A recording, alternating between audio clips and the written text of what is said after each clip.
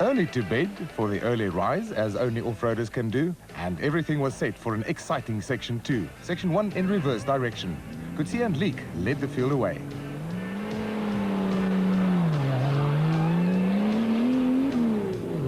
Six minutes and 10 seconds to make up, and the Chepex set off in a determined mood.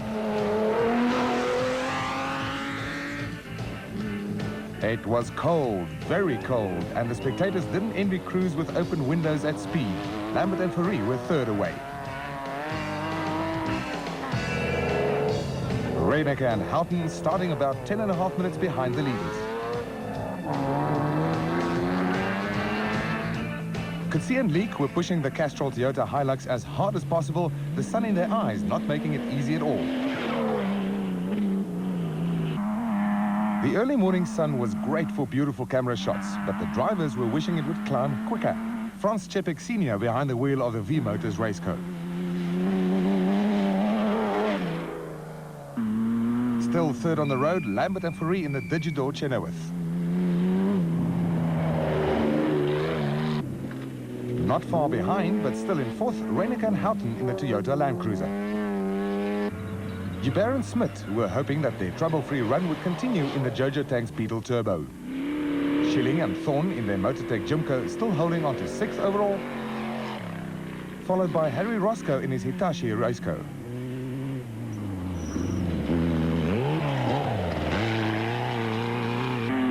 Obud Carolyn in his lubrication equipment Raceco quickly caught and passed younger brother Bucks, although on total time he and Kenny Scholtheimer were still in front. Rob Walk and Donovan Roscoe started 10th and were holding on to that position in their Raceco. Knowing the nature of the route after the previous day, most drivers were going quicker on day 2.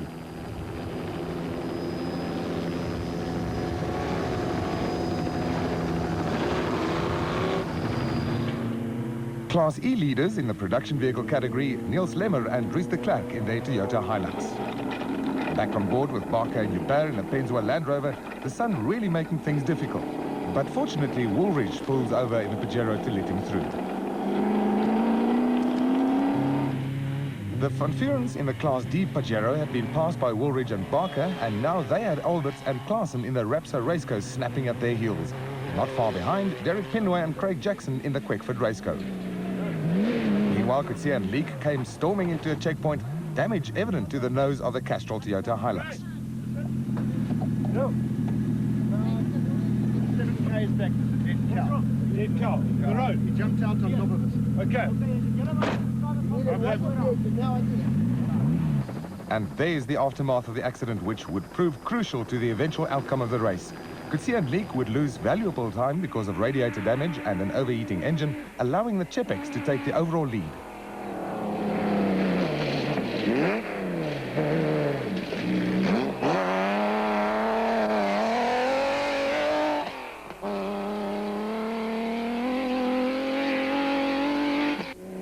Reynecker and Houghton in the Toyota Land Cruiser were moving up in the field and were in 2nd overall, having passed Lambert, Fourie and Coetzee and Leek. In 3rd position now were Schilling and Thorn in their Motortech Jimco, pushing hard and looking at their best result of the season.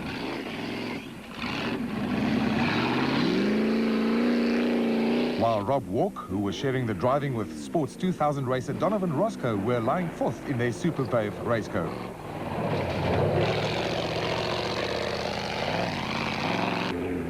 Derek Pinoy and Craig Jackson were slicing through the field in their Quickford Raceco, coming up from 17th to 5th on the road. Harry Roscoe in his Hitachi Raceco made up 1 place and was in 6th. The special vehicles found the conditions much to their liking, and Carolyn and Scholtheimer moved up to 7th in their lubrication equipment Raceco.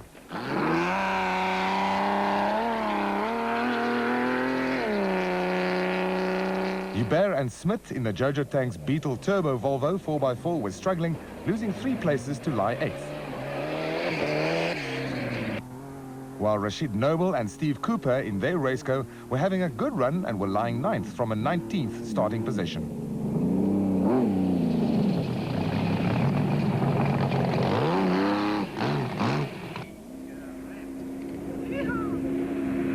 Barker and Joubert started the day in 14th position overall and were making good progress to lie 10th just before the designated service point.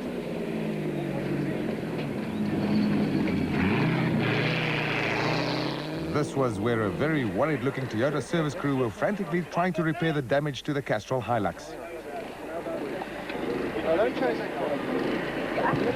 With about 50 kilometers to go, Frans Čepek Jr. was going flat out to nail home their advantage.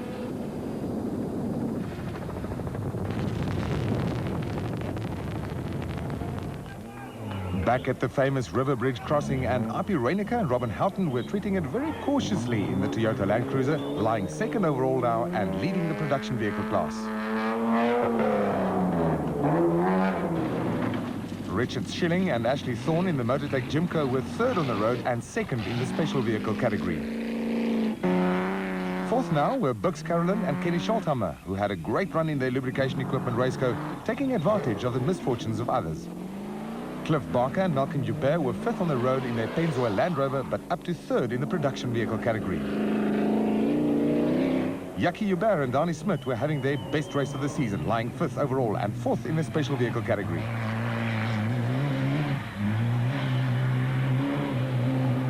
Rashid Noble and Steve Cooper also had a good race in their raceco, coming home in 10th overall and 6th in class.